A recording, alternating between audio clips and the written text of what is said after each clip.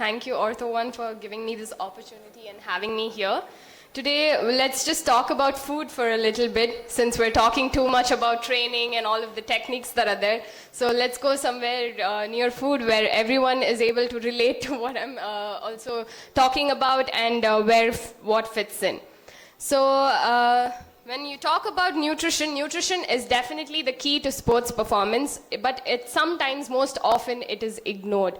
Sometimes people focus on their training, they focus on their hydration, they focus on their techniques, they focus on their biochemical parameters, but then when it comes to their diet, it's all little haphazard and people forget what to do where, or they're not aware of what to do when.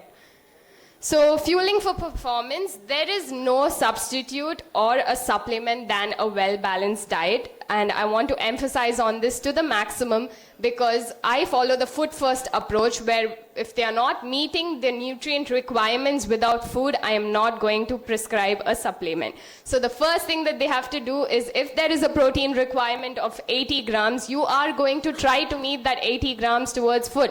I am not going to make it easier for the athlete by bringing in a supplement in unless if there is any kind of difficulty that is there with achieving the nutrient goal. So good nutrition is key for overall health and performance. Improved recovery, yes, you need a lot of micronutrients and macronutrients to bring about your recovery, and it also prevents early fatigue because you are loading up on the important nutrients and you are also training your gut. Training your gut with the appropriate nutrients, the right amount of fluid in the right time, that is very, very important, and you are also preventing any potential injury and you are achieving the best results. So in this pace, nutrition is a very important aspect. And just like your training needs some periodization, your nutrition also needs some periodization. So it is divided into once an athlete comes to us, we divide him according to him or her according to the phases that are there. So we have the aid with the muscle protein synthesis, which is important for you to continue.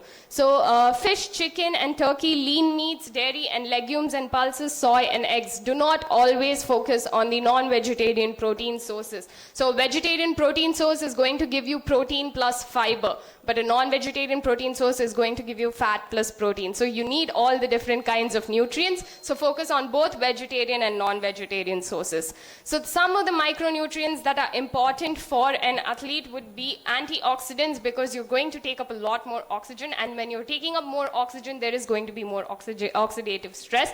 So focus on antioxidants because this prevents you from the free radical damage. So you can go for vitamin A, vitamin C, vitamin E. Vitamin C is extremely beneficial for your lung health also, as it prevents any upper respiratory diseases and disorders. So go for vitamin C. Vitamin E, completely important. Selenium and zinc is also important for wound healing and other requirements. Iron, again, extremely important. Before you start prescribing any supplements or consider any supplements for your athlete, one specific request from my side is please check the socio-economic status of the athlete. I cannot go to an athlete of mine and say that if they are low in iron, start taking dates every day. What if the athlete is a diabetic athlete? That time I cannot ask her. I have a type 1 diabetes athlete who plays badminton. So at that time, if someone is there who has an iron deficiency, please check the socio-economic status in case of any deficiency and prescribing any supplement. So if they are not able to afford something as dates, then you can always go for the roasted Bengal gram dal, which is pottukadalai that we all add in tenga chutney. So go for pottukadalai with a glass of amla juice or some nellika juice, or it could even be just a lemon juice or some orange juice. So when you pair the iron source with a vitamin C source, you know that the absorption of iron is going to be much greater. So always consider the socioeconomic status. Calcium and vitamin D, extremely important for the bone health and others. Magnesium improves performance and it also helps to manage your glucose levels. And sodium, obviously, yes, because you need to replenish your electrolytes. So focus on the electrolytes and proper hydration as well. Thank you. Thank you so much.